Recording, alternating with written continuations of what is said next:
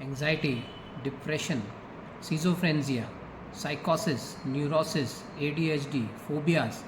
आज के ज़माने में ये जो सारी समस्याएं हैं ये हमारी सोसाइटी के लिए एक बहुत बड़ी प्रॉब्लम बनती जा रही हैं, जितने भी मेंटल डिसऑर्डर्स हैं। सो आज का जो वीडियो है वो इन्हीं मेंटल डिसऑर्डर्स से एस्ट्रोलॉजी का क्या कनेक्शन होता है उसके ऊपर है। और इस वीडियो को अंत तक देखें और चैनल को ज़रूर सब्सक्राइब करें and don't forget to press the bell icon.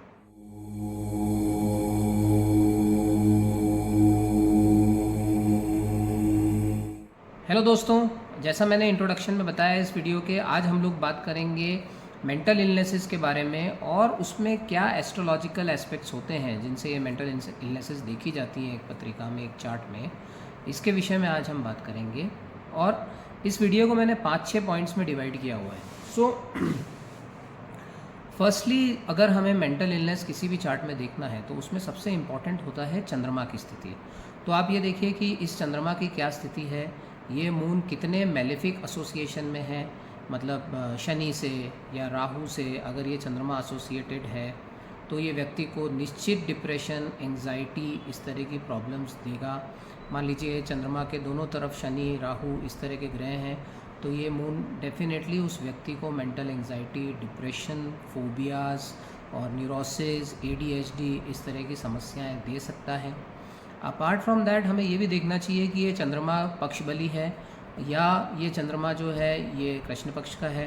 तो अगर ये चंद्रमा मान लीजिए कृष्ण पक्ष का है तो एज इट इज़ कमज़ोर होता है। उसके साथ साथ अगर ये दुस्थान पे भी गया हुआ है और इस पर मेलेफिक एसोसिएशन या एस्पेक्ट है, then definitely this moon will cause lot of troubles to this particular person. और पर्टिकुलरली इन मेलेफिक्स की दशा अंतरदशा में ऐसे व्यक्ति की मानसिक स्थिति बिगड़ती हुई देखी गई है। सेकेंड इम्पॉर्टेंट फैक्टर जो हमें एक जन्म पत्रिका में देखना चाहिए जब भी हम मेंटल इलनेस को स्टडी करते हैं वो होता है लग्न लॉर्ड, कि लग्न लॉर्ड का प्लेसमेंट कैसा है। पर्टिकुलरली अगर ये लग्न लॉर्ड 8th हाउस या 12th हाउस में गया हुआ है और ऐसे व्यक्ति का अगर मून भी बिगड़ा हुआ है तो हम कह सकते हैं कि ऐसे व्यक्ति को आने वाले समय में किसी भी प्रकार की साइकोलॉजिकल इलनेस से जूझना पड़ सकता है। खास करके अगर ये लग्नेश जो है इस व्यक्ति का ये 8th हाउस या 12th हाउस में अस्त हो या अपनी नीच राशि में गया हुआ हो या किसी फर्स्ट रेट मेलेफिक यानी कि शनि, राहु, केतु, मंगल, इनसे अगर ये बुरी तरह से पीड़ित है तब भी हम कह सकते हैं कि इस व्यक्ति का जो मेंटल बैलेंस है वो बिगड़ सकता है आगे जा कर के, खास करके जब एज प्रोग्रेस करती है। कुछ केसेस ऐसे होते हैं जहाँ बहुत एडवर्स सिचुएशन होती है तो वहाँ पर चाइल्डहुड से ही देखा गया है कि मेंटल कंडीशन में डिस्टर्बेंसेस आने लगते हैं।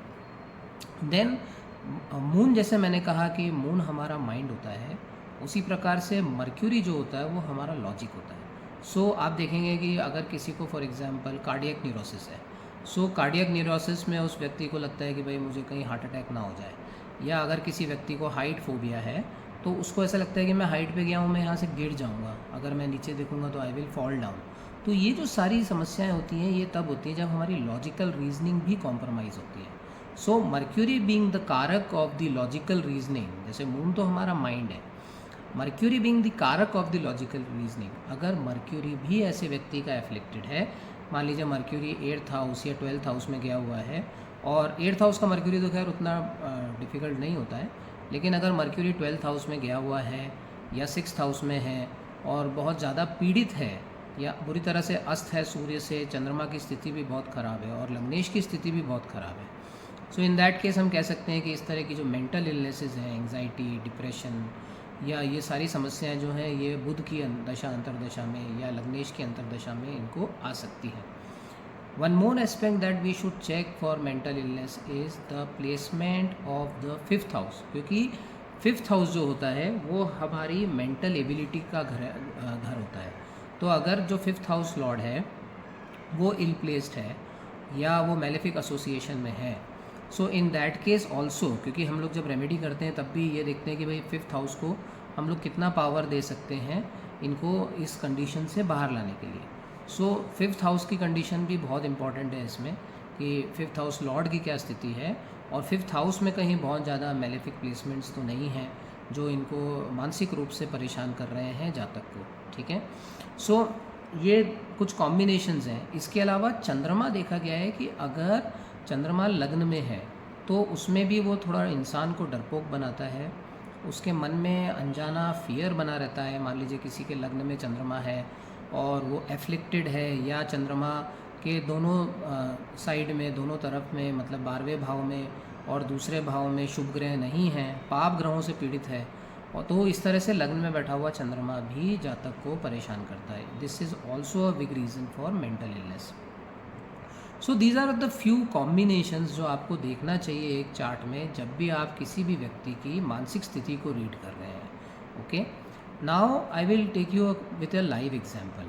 ठीक है, ये व्यक्ति थोड़े समय पहले मुझसे मिले थे, और इनके चार्ट के बारे में अगर मैं आपको बताऊं तो इस व्यक्ति के लग्न में चंद्रमा है। ओके, जैसा मैंने अभी बताया, ये चंद्रमा केतु से पीड़ित है। ठीक है, लग्न लॉर्ड जो मर्क्यूरी है वो 12th हाउस में कम्बस्ट है, राइट। और जो 5th हाउस का लॉर्ड है वीनस, ये 11th हाउस में 1 डिग्री के कंजंक्शन पे बैठा हुआ है 6th लॉर्ड मंगल के साथ में, राइट। नाउ व्हाट हैपन, जैसे ही इनका बुध में मंगल की अंतर्दशा शुरू हुई, इन्हें एक अजीब सा फियर, एक अजीब सा न्यूरोसिस शुरू हो गया। इन्हें ऐसा लगा इन्हें कोई कार्डियक प्रॉब्लम हो गई है, या ये बहुत पीड़ित हैं और इन्हें बहुत तकलीफ़ इनकी बढ़ रही है, इन्हें कुछ हो ना जाए, और इस तरह की फियर्स में ये काफ़ी अंदर तक धंसते चले गए। ठीक है, लेकिन जैसे जैसे मंगल की अंतर्दशा ख़त्म हुई, इनका राहु वेल प्लेस था 3rd हाउस में, और जैसे बुध में राहु की अंतर्दशा शुरू हुई, इन्हें कुछ रेमेडीज़ भी दी गई, इन्हें कुछ स्टोन स्पेसिफिकली सजेस्ट किए गए, कुछ पूजा पाठ बताया गया, जिससे कि इनके 5th हाउस को पावर दिया गया और इनके लग्नेश को पावर दिया गया, और इवेंचुअली ये देखा गया कि ये धीरे धीरे बेटर होने लग गए। और जैसे जैसे राहु की अंतर्दशा आई तो इनके अंदर काफ़ी एविडेंट बेनिफिट्स दिखने लग गए, और ये मानसिक रूप से बहुत स्वस्थ हो गए। ठीक है, तो बेसिकली जब भी किसी को भी मानसिक पीड़ा होती है, हमें इन चीज़ों का ध्यान रखना चाहिए कि उनके चंद्रमा की क्या स्थिति है, ये देखें सबसे पहले। ये देखें कि उनके लग्नेश की क्या स्थिति है, पंचमेश की क्या स्थिति है, कौन कौन से मेलेफिक्स हैं जो कि 5th हाउस को इफ़ेक्ट कर रहे हैं, कौन कौन से मेलेफिक्स हैं जो चंद्रमा को पीड़ित कर रहे हैं, कौन कौन से मेलेफिक्स हैं जिनसे बुध पीड़ित हो रहा है, और उनकी हम क्या क्या रेमेडीज़ कर सकते हैं जिसमें इनको रिलीफ मिले। ठीक है, जो सबसे अच्छी रेमेडी मेरे एक्सपीरियंस में मैंने देखा है फॉर मेंटल इलनेस केसेस, वो तो ये होती है कि हमें उनके लग्नेश को स्ट्रॉन्ग करना चाहिए, उनके 3rd हाउस के स्वामी को मजबूती देनी चाहिए, because 3rd house is the house of करेज, और सबसे पहले मेंटल इलनेसेस में करेज ही कॉम्प्रोमाइज़ होता है ना। अगर किसी में साहस नहीं होगा तो वो आगे चल कर के अपनी मनस्थिति पर काबू नहीं पा पाएगा। So house of courage needs to be strengthened, the 3rd house, the 1st house need to be strengthened, और बहुत सारी टारगेटेड स्पेसिफिक रेमेडीज़ होती हैं जो कि चार्ट टू चार्ट डिपेंड करती हैं। तो उसके लिए मैं अभी यहाँ पर आपको इन डिटेल नहीं बता पाऊँगा। अगर इस तरह का कोई केस है, आप मुझसे कंसल्ट करना चाहते हैं, तो you can definitely get in touch with me.